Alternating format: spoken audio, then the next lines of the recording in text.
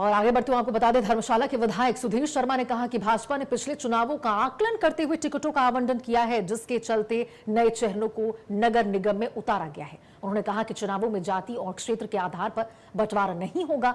जनता के विश्वास के साथ ही भाजपा चुनाव लड़ रही है।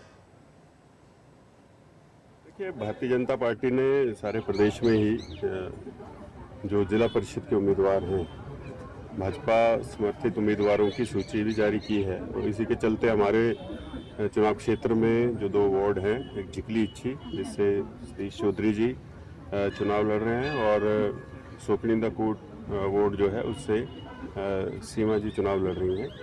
तो ये पार्टी ने सभी हमारे जो बूथ स्तर से लेकर के ऊपर तक के लोग हैं उनसे चर्चा करने के बाद ये निर्णय लिया है और आज इनका यहाँ पर नामांकन है। उससे पहले अभी यहाँ जो कचहरी अड्डा में हनुमान मंदिर है वहाँ हनुमान जी का आशीर्वाद लेके अपना नामांकन अभी दाखिल करेंगे। इसके अलावा अगर बात की जाए, क्योंकि पंचायत चुनाव जो हैं अब शुरू हो रहे हैं, एक तरफ नगर निगम के चुनाव हैं, किस प्रकार से भाजपा की इन दोनों ही चुनावों को जीतने की तैयारी है? देखिए, हमारे सभी कार्यकर्ता पदाधिकारी लोग जो हैं उनको पार्टी ने जिस जिस क्षेत्र में उनसे काम लेना है उस दृष्टि से काम सौंप दिया है। नगर निगम की हमारी कल बैठक हो गई है और सभी हमारे प्रभारी और बाकी लोग जो हैं वो अपने अपने वार्ड के अंदर काम करना उन्होंने शुरू कर दिया है कल रात से ही।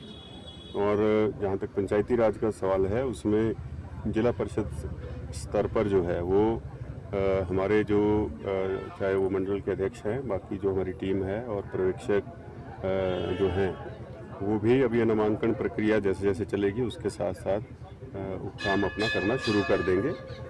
वैसे तो जो ये पंचायत का जिला परिषद का चुनाव है इसमें सिंबल नहीं है, लेकिन पार्टी ने जो है वो अपने प्रत्याशियों को उतारा है। सभी कार्यकर्ता इन प्रत्याशियों के साथ मिलकर के चुनाव मैदान में प्रचार करेंगे। नगर निगम में अगर बात की जाए तो कल नामांकन प्रक्रिया के बाद जो है जो नाम वापस लेने के, उसमें से 4 ही प्रत्याशी विड्रॉ किए हैं, 20 प्रत्याशी अभी भी आज़ाद चुनाव लड़ रहे हैं। क्या कहीं समीकरण बिगड़ने की आसार तो नहीं? देखिए, ऐसा है, अब नामांकन की आखिरी तिथि कल थी, वो अब नामांकन जिसने वापस ले लिए उन्होंने हमारे प्रत्याशियों को समर्थन दिया है। जो मैदान में है अब वो चुनाव लड़ रहे हैं। भारतीय जनता पार्टी कमल के निशान पर चुनाव लड़ रही है। हमारे सभी कार्यकर्ता उसके लिए काम करेंगे और संगठन पूरी ताकत के साथ जो है नगर निगम को यहाँ पर बनाएगा।